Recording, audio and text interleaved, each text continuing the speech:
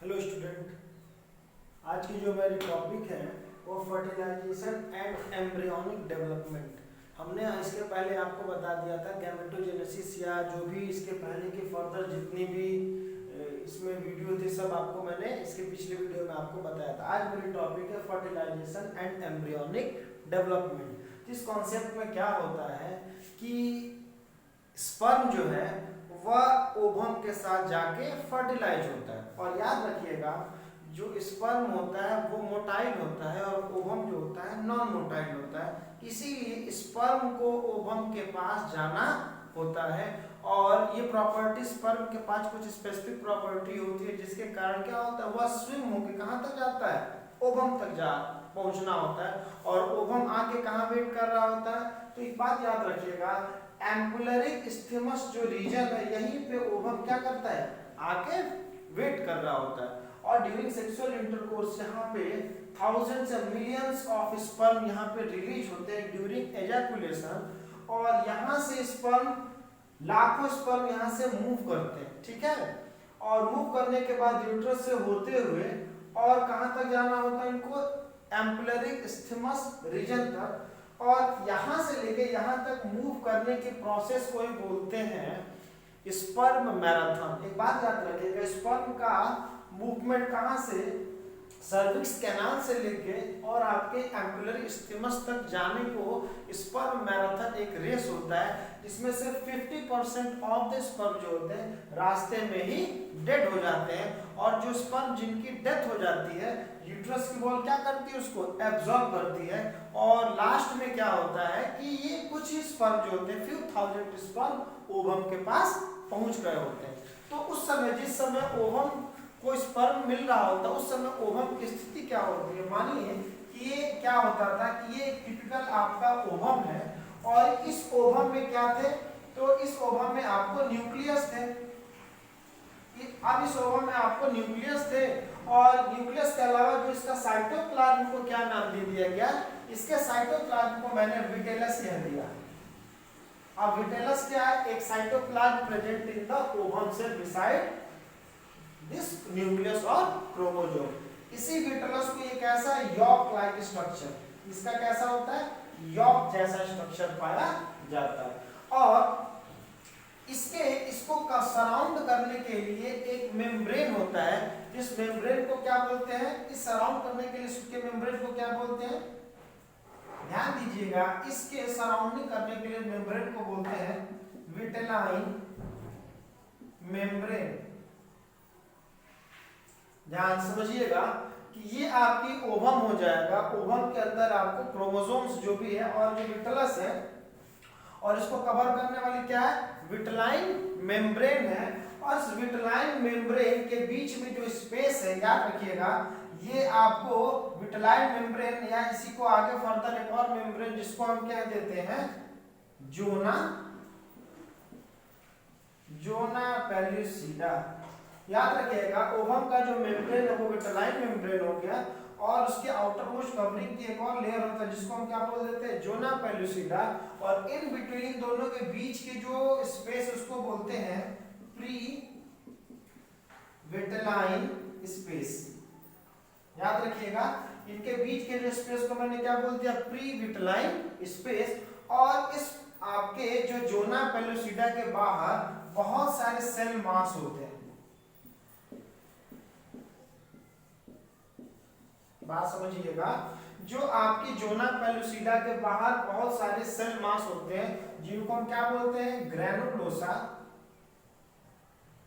Granulosa cell, ठीक है। या इसी को हम कोरोना रेडिएटा कहा जाता है।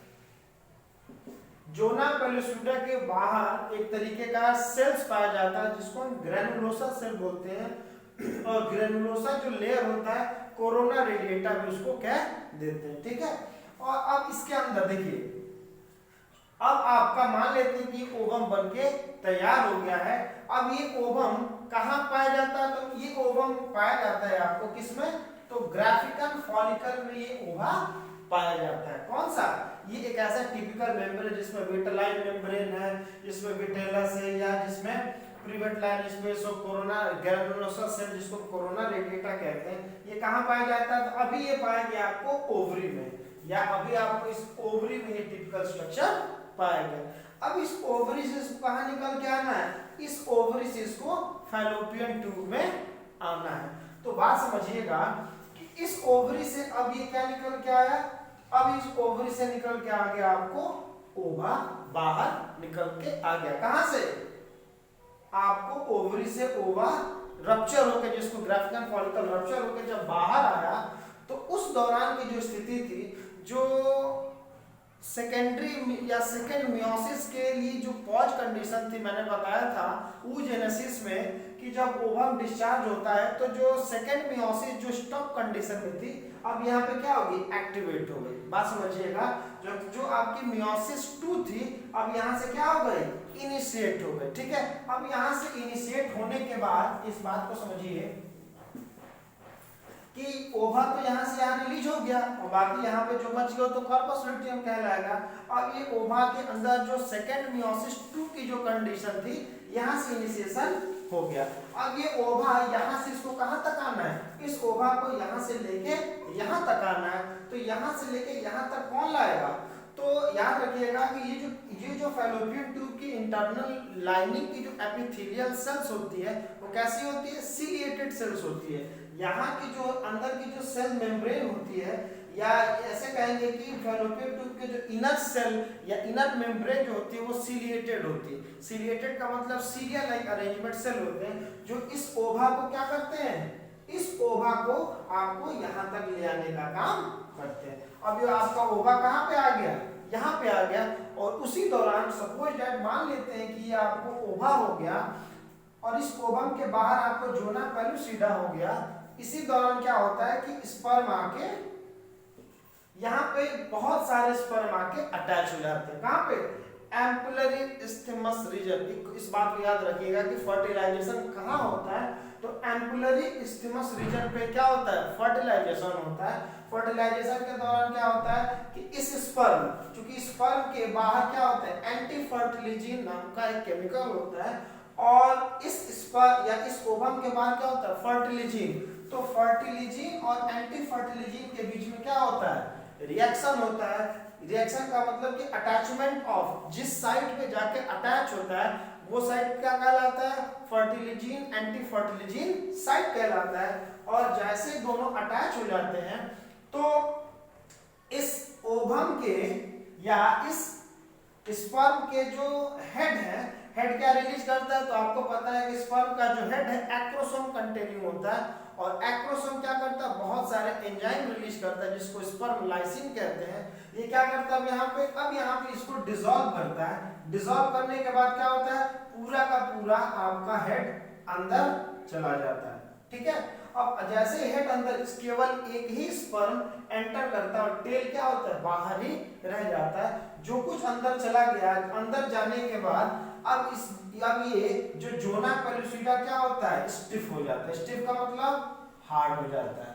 जोना पेलुसिडा जैसे ही स्पर्म को एंट्री कराता है, वैसे क्या होता है? ये बाहर की जो लेयर है जोना पेलुसिडा, ये स्टिफ एंड टफ हो जाता है, जिसके कारण और दूसरे स्पर्म अंदर न जा पाए। आप याद रखिएगा, इस पे हजारों स्पर्म आके अटैच होते हैं, लेकिन केवल एक ही स्पर्म होता है जो कि क्या करता है? वो एंटर करता है। और स्पर्म की पोजीशन क्या होती है? तो फर्टिलिजिन एंटी फर्टिलाइजेशन साइट होता है, जिसमें से स्पर्म के हेड में एंटी फर्टिलाइजेशन साइट होता है, और ओवम के जो हेड पे क्या होता है?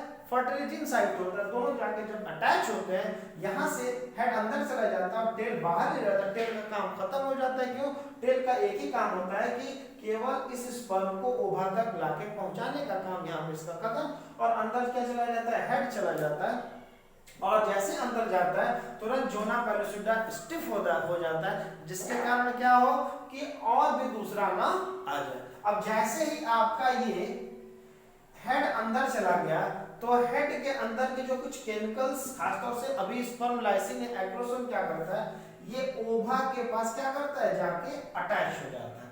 अब ये ओवा के पास जब जाके अटैच हो जाता है, तो आप समझिएगा कि मैंने क्या बोला था कि यहाँ पे मियोसिस 2 स्टार्ट हुआ है, इनिशिएट होता है, और जैसे ही इसको स्पर्म यहाँ पे मिला तो अब ये जो ओवा है दो टाइप्स की रिलीज, उसके जो क्रोमोसोम दो पार्ट में डिवाइड होते हैं, एक को क्या बोलते हैं, एक को बोलते हैं ऊटॉइड और एक को बोलते हैं second polar body. Second polar body, बात समझिएगा, एक को मैंने क्या बोल दिया सेकेंड पोलर बॉडी और एक को बोलते हैं ऊटॉइड। ऊटिड जो होता है यही जाके फर्टिलाइजेशन कराएगा। और जैसे इस कंडीशन में क्या था, इस कंडीशन में आपका जो एक सिंगल क्रोमोसोम यहाँ था, यहाँ पे क्या हो जाएगा, एक आपका ये क्रोमोसोम और जो मिला हमको स्पर्म वाला दो मिलके क्या हो जाएंगे, तो यहाँ पे दो मिलके 2n का फॉर्मेशन हो जाता है। ठीक है, इस बात को कॉन्सेप्ट कीजिए कि स्पर्म क्या हुआ, स्पर्म यहाँ से अंदर एंटर करने के बाद अब इस स्पर्म के हेड में क्या रिलीज किया, तो कुछ एंजाइम रिलीज किया। वो एंजाइम क्या किया, इस ओवम के पास गया और जैसे ओवम इसके पास आता है, इसकी जो आपकी मियोसिस 2 ओवरऑल कंप्लीट हो जाती है और कंप्लीट होने के बाद दो सेल्स यहाँ पर रिलीज कराती है, एक ऊटॉइड कराती है और एक सेकेंड पोलर बॉडी बनाती है। सेकेंड पोलर बॉडी का कोई काम नहीं होता, ये डिजनरेट हो जाता है और ऊटिड जो आपके सेल्स है यही इसकी सेल की जो क्रोमोसोम है स्पर्म के आपके या तो X होगा या तो Y होगा। ऊटिड में क्या हो जाएगा, ऊटिड का X होगा और प्लस अगर स्पर्म का X हुआ तो दोनों क्या मिलाएगा, XX हो जाएगा। अगर ऊटिड का फिर X होगा और इसका क्या मिलेगा, आपको Y मिलेगा, तो क्या हो जाएगा XY। यही पे डिसाइड होता है कि कौन वाला, चूंकि स्पर्म कौन वाला अंदर गया है, ये इसके दोनों एक्स में कोई भी एक्स होगा तो तुरंत यहीं पे सेक्स डिटरमाइन हो जाएगा। अगर इसका y अगर आया स्पर्म के थ्रू अगर इसका y आया है तो xy क्या बन जाएगा, y बन जाएगा। और अगर x इसका आया है स्पर्म वाला तो क्या बन जाएगा, x बन जाएगा। तो बायोलॉजिकली कौन रिस्पांसिबल हो जाता है, तो बायोलॉजिकली मेल रिस्पांसिबल होता है। ठीक है, सेक्स डिटरमिनेशन कराने के लिए। अब जैसे ही आपको फर्टिलाइजेशन हो जाता है, फर्टिलाइजेशन कहाँ हो रहा है, तो फर्टिलाइजेशन एम्पुलर स्टमक रीजन में। अब फर्टिलाइजेशन एक सिंगल सेल बना, एक सेल से क्या बना, दो सेल, दो सेल से चार सेल, चार से 8 और 8 से 16 सेल का क्लस्टर ऑफ सेल्स बना। अब एक से लेके 16 सेल बनने के लिए कितने दिन लगते हैं, 3 डेज लग जाते हैं। बात समझिएगा, यहाँ पे फर्टिलाइजेशन हुआ और फर्टिलाइजेशन के बाद इसको अब कहाँ मूव करना है, यहाँ से 1 से 2, 2 सेल बनेगा, 2 से 4, 4 से 8 और 8 से 16 सेल स्टेज। 1 2 3 4 5 ऐसे आपको कितने बनेंगे, 16 सेल स्टेज बन जाएंगे। और कितना टाइम ड्यूरेशन लगेगा, 3 डेज लगेगा यहाँ से यहाँ तक आने में। अब जो 16 सेल स्टेज बन गया, इसको हम क्या नाम दे देते हैं, इसी को मॉरूला कह देते हैं। मॉरूला क्या है, 16 सेल स्टेज, 16 सेल स्टेज को हमने क्या नाम दे दिया, मॉरूला नाम दे दिया। और एक और बात याद रखिएगा, ये जो मॉरूला है ये कितने दिन में बना, तो ये बन जाता है 3 दिनों में और यहीं से इसको क्लीवेज का नाम देते हैं। अक्सर कहा जाता है कि एम्ब्रियो कैसे फॉर्मेशन होता है, तो एम्ब्रियो जाइगोट का क्लीवेज हो जाता है। क्लीवेज का मतलब कि इसकी फर्दर माइटोसिस होती है और सेल की संख्या डेली बाय डेली क्या होता है, बढ़ते जाता है, जिसको हम बोल देते हैं क्लीवेज बोल देते हैं। और क्लीवेज करने के बाद जैसे 16 स्टेज आया, 16 सेल वाला स्टेज, जिसको हमने क्या बोल दिया, मॉरूला बोल दिया। अब ये 16 सेल स्टेज किसमें बनेगा, 32, और ऐसे फर्दर आपको बनते जाएगा। एक बात याद रखिएगा, ये 16 सेल स्टेज अब मान लेते हैं 32 सेल स्टेज बन गया।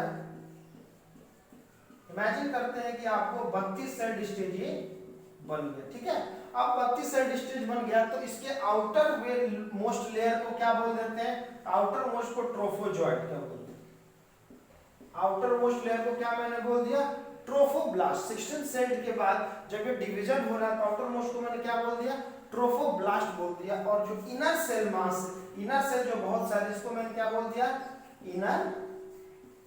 इनर सेल मास का नाम दे दिया। ध्यान समझिएगा, जब ये सेल डिवीजन होता है तो आउटर वाला जो मेम्ब्रेन था उसको मैंने ट्रोफोब्लास्ट कह दिया और इनर वाले को मैंने क्या बोल दिया, इनर सेल मास। ठीक है, अब जब यहां से लेके 16 सेल से लेके अब आगे बढ़ता है फर्दर, ये आगे यहां से यहां तक बढ़ रहा है। कहां तक बढ़ता है, तो आपकी यूट्रस की जो इनर लाइनिंग है यहाँ तक एंडोमेट्रियम के पास आता है। किसके? यूट्रस के एंडोमेट्रियम वाल पे इसको जाके लाई करना होता है।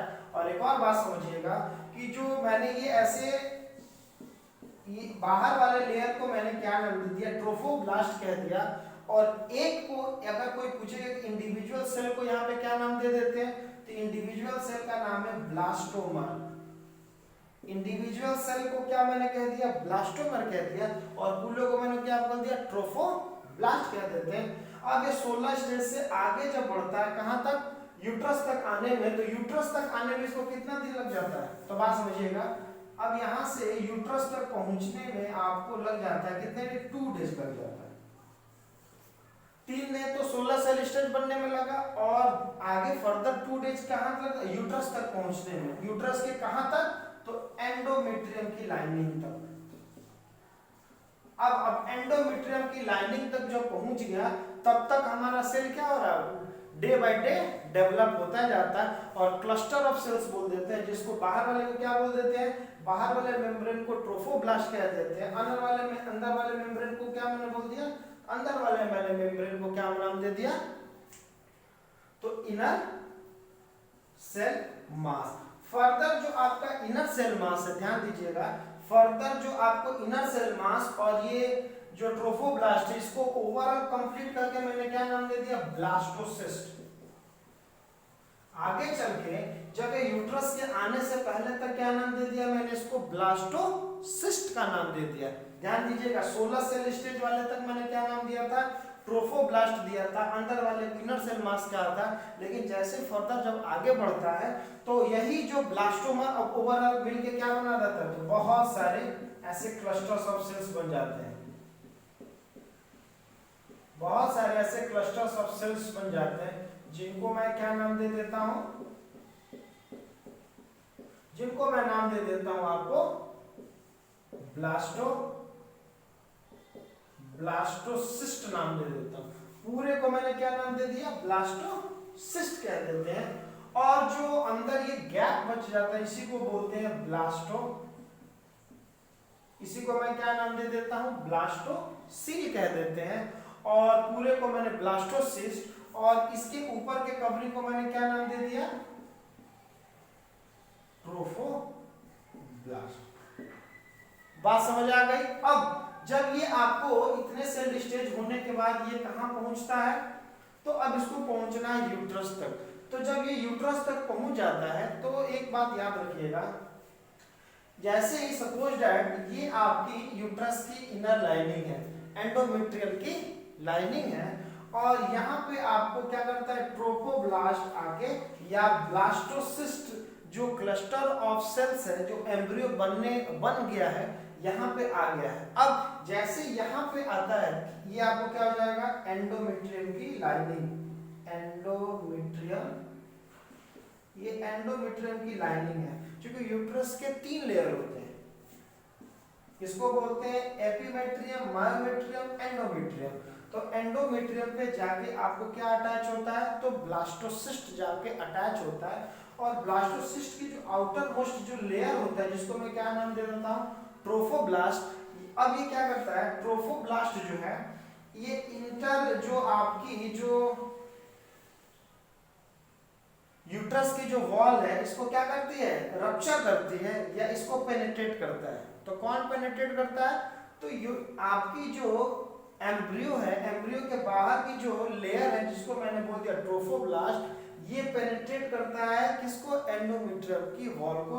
और पेनिट्रेट करने के बाद क्या करता है? ये अंदर की तरफ क्या होता है? सन के धंसता है। और जैसे अंदर की तरफ ये धंसता है तो अब ये एंडोमेट्रियम की जो लाइनिंग है ये क्या करता है? इसको क्या करती है? अंदर की तरफ अपने ले लेता है। अब सबसे पहले क्या था? ध्यान दीजिएगा, पहले कंडीशन क्या था? पहले कंडीशन आपकी यही थी कि जो आपकी जो एम्ब्रियो थी ये कहाँ आकर अटैच हो गया? एंडोमेट्रियम की वॉल पे। जैसे अटैच होता है इसकी जो आउटर मोस्ट मेम्ब्रेन है इस एम्ब्रियो की, जो फर्दर आगे एम्ब्रियो बना है, ये किसको पेनिट्रेट करेगा? तो एंडोमेट्रियम को पेनिट्रेट करने के बाद ये अंदर पियर्स होगा, अंदर की तरफ धंसेगा। उस दौरान क्या होगा? ये आपकी जो इनर जो लाइनिंग है यूट्रस की, ये भी चारों तरफ इसके एक सेल मास बना देगी। कौन? एंडोमेट्रियम। अब ये अंदर, अब समझिएगा कि ये अब कहाँ चला गया, अब ये आपको एंडोमेट्रियम के अंदर चला गया।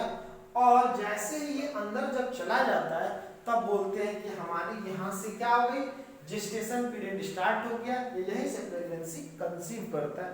काउंट, डे काउंट कहाँ से किया जाता है, टिल यहीं से डे काउंट किया जाता है जब से ये एंटर करने के बाद एंडोमेट्रियम में अटैच हो जाता है। अब अटैच होने के बाद ही काउंटिंग हो जाती है जेस्टेशन पीरियड। ठीक है, अब बात समझिएगा, जैसे ही ये अटैच होता है, बात समझिएगा।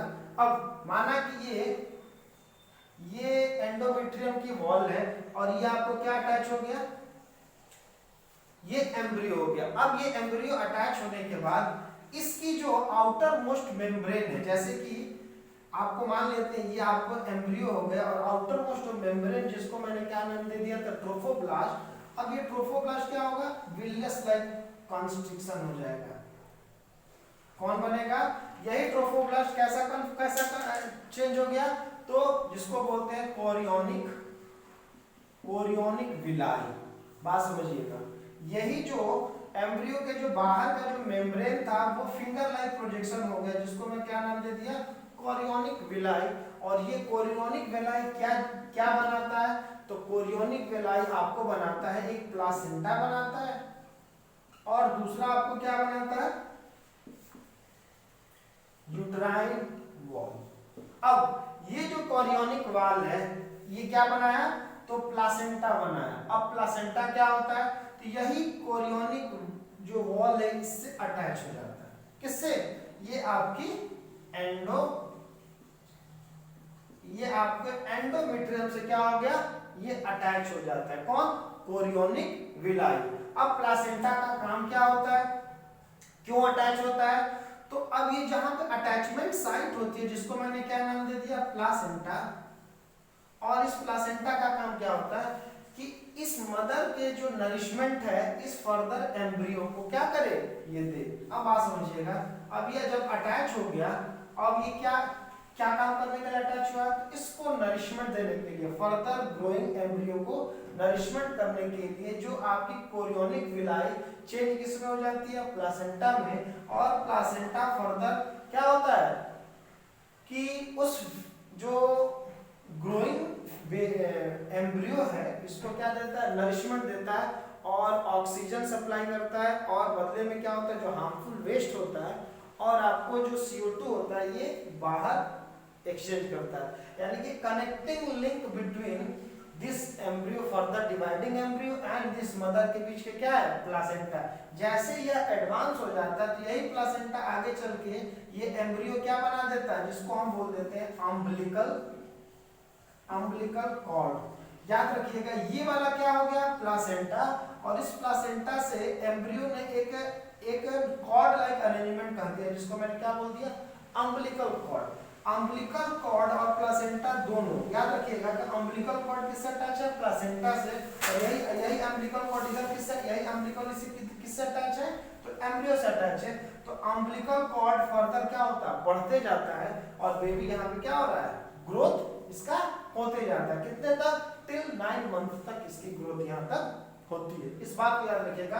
प्लासेंटा का क्या है, तो placenta connecting between mother and foetus, mother और फीटस के बीच में कनेक्टिंग एक लिंक है जो कि क्या करता है, एक्सचेंज ऑफ फूड कह सकते हैं, एक्सचेंज ऑफ हार्मफुल वेस्ट कह सकते हैं। और ये अम्बिलिकल कॉर्ड क्या है, तो अम्बिलिकल कॉर्ड जो आपकी फीटस से निकला हुआ एक पार्ट है जो कि प्लासेंटा से अटैच हो जाता है। अंडरस्टैंड। यहाँ पे एक बात समझिएगा कि जैसे ही ये ब्लास्टोसिस्ट बनता है तो 3 लेयर बनते हैं।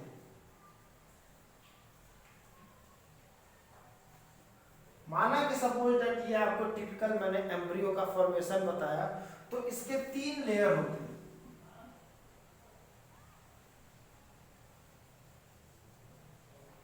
इस एम्ब्रियो के 3 लेयर में डिवाइड किया जाता है। सबसे आउटर को बोलते हैं एक्टोडर्म, आउटर को मैं क्या बोल दिया, एक्टोडर्म। बीच वाले सेल्स को मैंने क्या नाम दे दिया, एंडोडर्म। और इनके बीच वाले जो सेल्स है इसको मैंने क्या नाम दिया, मेसोडर्म। जो आपकी एम्ब्रियो है 3 पार्ट में डिवाइड होती है, एक्टोडर्म, एंडोडर्म और मेसोडर्म।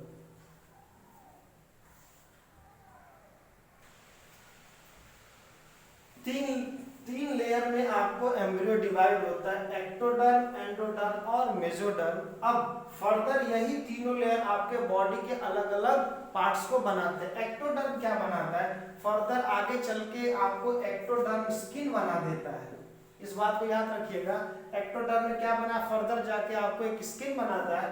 अगर कोई पूछेगा मेसोडर्म फर्दर जाके क्या बनाता है, तो जितने भी मसल्स होते हैं या जितने भी वाइटल ऑर्गन्स, या यूं बोलेंगे कि जो वॉलेंट्री, जैसे कि हार्ट हुआ, किडनी हुआ, लिवर हुआ, कौन बनाता है, मेसोडर्म सेल बनाती है। और आपकी जो एंडोडर्म क्या बनाती है, तो एंडोडर्म का जो फॉर्मेशन होता है वो डाइजेस्टिव सिस्टम। इस बात को याद रखिएगा, एंडोडर्म क्या बनाता है, डाइजेस्टिव सिस्टम कंप्लीट करता है। मेसोडर्म क्या बनाता है, मसल्स और हार्ट, किडनी बनाता है। एक्टोडर्म क्या बनाता है, स्किन बनाता है और आपको नर्वस सिस्टम बनाता है। तो सबका फेट यही फिक्स हो जाता है इसी टिपिकल एम्ब्रियो के तीनों पार्ट में। एक्टोडर्मल सेल क्या बनाते हैं, एक्टोडर्मल सेल क्या बनाते हैं, स्किन बनाते हैं, नर्वस सिस्टम बनाते हैं। एंडोडर्मल सेल क्या बनाते हैं, डाइजेस्टिव सिस्टम बनाते हैं। मेसोडर्मल सेल क्या बनाते हैं, मसल्स एंड वाइटल ऑर्गन। ये एग्जाम में कॉम्पिटिटिव पॉइंट्स ऑफ व्यू से क्वेश्चन पूछेगा कि डाइजेस्टिव सिस्टम आपके जर्म लेयर के कौन से पार्ट्स बनाते हैं, और तीनों को मिला देंगे तो क्या बोलेंगे, इसको जर्म सेल या इसी को जर्म लेयर। तो 3 जर्म लेयर होती है टिपिकल एम्ब्रियो में, स्पेशली मैमल्स में। कौन कौन से, एक्टोडर्म, एंडोडर्म और मेसोडर्म, जिसकी फर्दर क्या होती है, फर्दर ऑर्गन डिसाइडेड होता है। ठीक है, अब मान लेते हैं कि अब आपकी एम्ब्रियो टिपिकल बन गया, और एम्ब्रियो, मैंने एक एम्ब्रियो ऐसे डिजाइन, ये आपको मैंने क्या बना दिया, एक टिपिकल मैंने एम्ब्रियो बना दिया। एम्ब्रियो में आप समझिएगा कि जो अपर पार्ट होता है और ये लोअर पार्ट होता है। अपर पार्ट का जो ग्रोथ रेट होता है वह फास्ट होता है as comparison to lower part. Upper part का जो माइटोटिक रेट होता है वह हाई होता है as comparison to lower part. और कुछ दिन बाद आपका एम्ब्रियो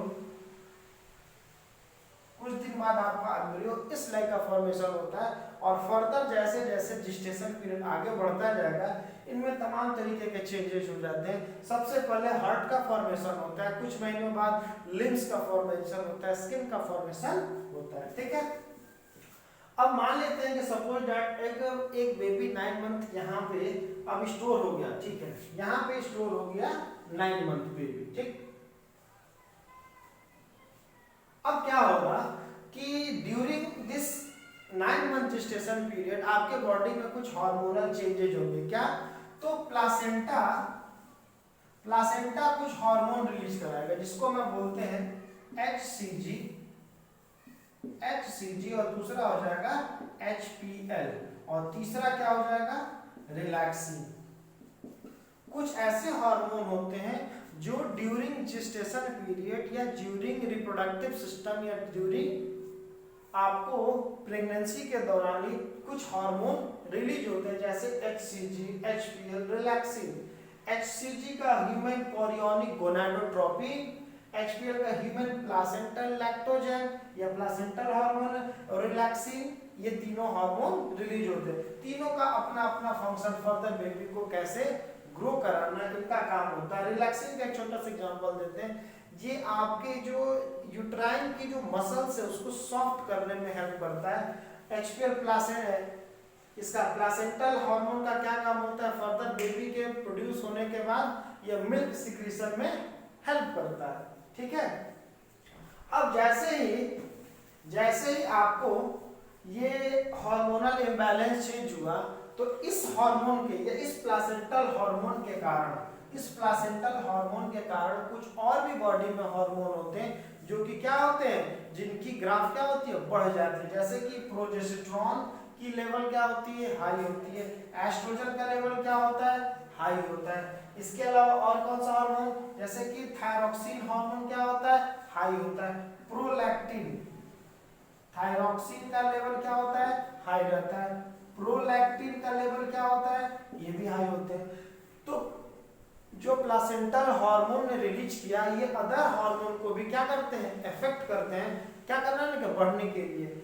प्रोजेस्टेरोन और एस्ट्रोजन क्यों बढ़ता है, अभी जब तक ये आपकी बॉडी में प्रोजेस्टेरोन और एस्ट्रोजन का ग्राफ बढ़ेगा तब तक क्या होगा, फर्दर मेंस्ट्रुअल पीरियड स्टॉप होगा और यूट्रस हमेशा क्या होगा, कॉन्ट्रैक्ट होगा, थिक होगा, जिससे कि क्या हो, जो बेबी है वो अच्छे से डेवलप हो जाए। थायरॉक्सिन का लेवल, मेटाबॉलिज्म उस समय थोड़ा फास्ट हो गया रहता है। प्रोलैक्टिन फर्दर मिल्क प्रोड्यूसिंग करने के लिए रिस्पॉन्सिबल होता है।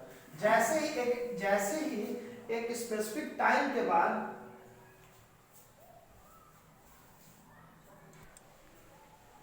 एक बात याद रखिएगा, जैसे कि 9 मंथ कंप्लीट होने वाला होता है उस समय एक इस यूट्रस में कुछ कॉन्ट्रैक्ट एंड रिलैक्सेशन होते हैं, जिसको हम बोलते हैं फीटल इजेक्शन रिफ्लेक्स।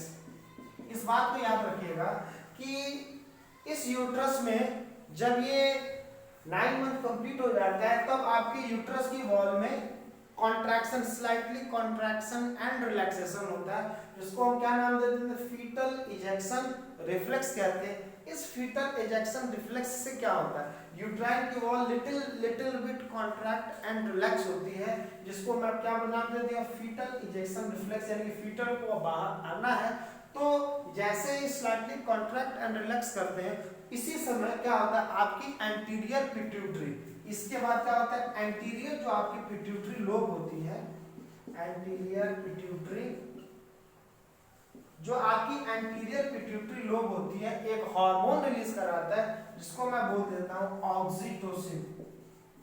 ध्यान दीजिएगा कि जिस समय फीटल इजेक्शन रिफ्लेक्स हो गया होता है उसी तरह, और ये कब होता है, जब mild contraction and relaxation uterine के वॉल में होता है, तो ये एंटीरियर पिट्यूटरी लोब को स्टिमुलेट करता है, जिससे कि ये क्या बनाता है, ऑक्सीटोसिन हार्मोन रिलीज कराता है। और इस ऑक्सीटोसिन हार्मोन की क्या कैपेबिलिटी है, ये आपको यूट्रस को बहुत ज्यादा कॉन्ट्रैक्ट और बहुत ज्यादा रिलैक्स कराने में हेल्प करता है। ऑक्सीटोसिन क्या होता है, जैसे जैसे बेबी बाहर आ रहा होता है वैसे क्या होता है, ऑक्सीटोसिन क्या होता है, यूट्रस को बहुत ज्यादा कॉन्ट्रैक्ट करने की कैपेबिलिटी रखता है। अब जब जैसे बेबी बाहर आ जाता है, ऑक्सीटोसिन का लेवल कुछ दिन के बाद कम हो जाता है। ये ऑक्सीटोसिन का दो काम है, एक तो क्या काम है, एक तो काम किया कि यूट्रस को कॉन्ट्रैक्ट करने का काम करता है, और दूसरा ट्रिगर कहाँ करता है, तो जो मेमोरी ग्लैंड में आफ्टर बर्थ मेमोरी ग्लैंड को भी ट्रिगर करता है, क्या कराने के, मिल्क को सिक्रीट कराने के लिए। और किसके हेल्प से, प्रोलैक्टिन जो प्लासेंटल हार्मोन है, और प्रोलैक्टिन क्या करते हैं, मिल्क को सिक्रीट कराते हैं। कहाँ पे सिक्रीट होता है, तो मेमोरी ग्लैंड की जो मेमोरी सिक्रीटरी सेल्स होती है उसको टारगेट करते हैं और मिल्क सिक्रीट होता है। और जो फर्स्ट मिल्क होता है आफ्टर बर्थ, जो फर्स्ट मिल्क होता है जिसको हम बोलते हैं क्लोस्ट्रम, याद रखिएगा, जो फर्स्ट मिल्क आफ्टर बर्थ को मैं क्लोस्ट्रम कह दिया। और ये क्लोस्ट्रम का कलर होता है डार्क येलोइश कलर का होता है। ये क्यों जरूरी है बेबी के लिए, इसमें बहुत सारे ऐसे न्यूट्रिएंट होते हैं जो कि बेबी के लिए फाइटिंग करने के लिए या फाइट फ्रॉम डिजीज करने के लिए, इम्यूनिटी को स्ट्रॉन्ग करने के लिए ये क्लोस्ट्रम मिल्क होता है। और इसमें तमाम तरीके के एंटीबॉडी पाए जाते हैं जो बेबी के इम्यून सिस्टम को मोर एंड मोर स्ट्रॉन्ग करते हैं।